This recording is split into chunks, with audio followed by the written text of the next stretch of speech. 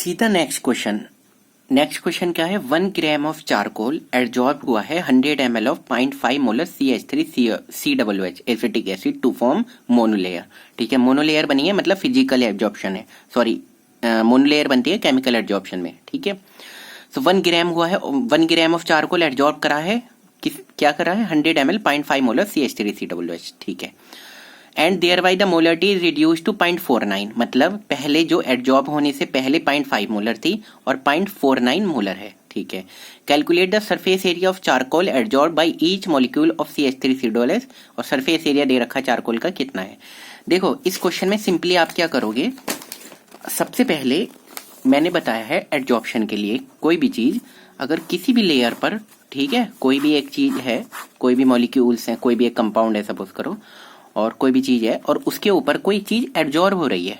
ठीक है, तो जो चीज एब्जॉर्ब हो रही है उसका क्या घट रहा होगा, उसकी कंसंट्रेशन घट रही होगी, कंसंट्रेशन कम हो रही होगी। कंसंट्रेशन का मतलब उसमें क्या हो रहे होंगे, मोल्स घट रहे होंगे या वेट घट रहे होंगे, तीनों चीजें बोल सकते हैं हम। ठीक है, दिस इज क्लियर। तो कंसंट्रेशन हमारी कम हो रही है, मोल्स कम हो रहे हैं, वेट कम हो रहे हैं। अब पहले ही पता लगा लो कि एन इनिशियल कितने हैं, फिर एन फाइनल कितने हैं। इनिशियल में से फाइनल घटा देंगे तो वह हमें मोल्स मिल जाएंगे कि कितने एब्जॉर्ब हुए। ठीक है, जो बचे हुए मोल होंगे।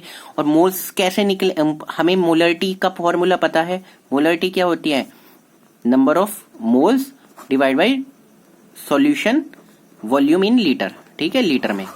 अब नंबर ऑफ मोल्स कैसे निकाल जाएंगे, यानी कि मोलरिटी इंटू सॉल्यूशन लीटर में। और मोलरिटी का फॉर्मूला दिया, मोलरिटी की वैल्यू दी हुई है, सब कुछ क्या है ये देखो, molarity is equal to number of moles upon volume. N initial moles कितने हैं, 100 बाई 1000 इंटू 0.5। फॉर्मूला ये है number of moles equal to molarity into volume.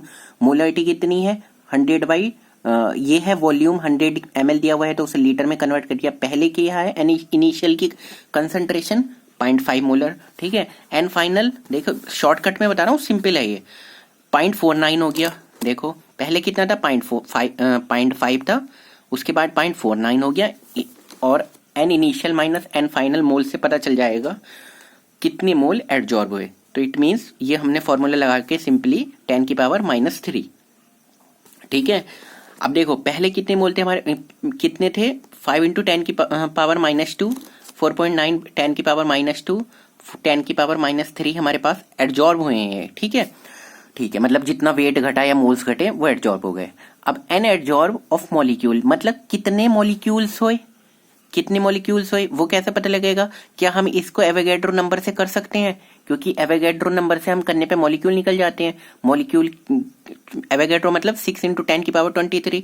ठीक है, moles into Avogadro number of molecule atom या आयन होते हैं। तो ठीक है, ओके।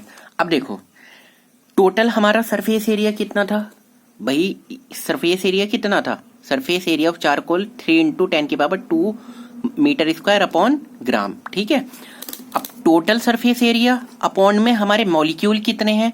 ठीक है, और ये वैल्यू क्या आएगी 5 इंटू 10 की पावर -19 मीटर स्क्वायर, आप चेक कर लेना। और क्या पूछा था, calculate the surface area of charcoal absorb.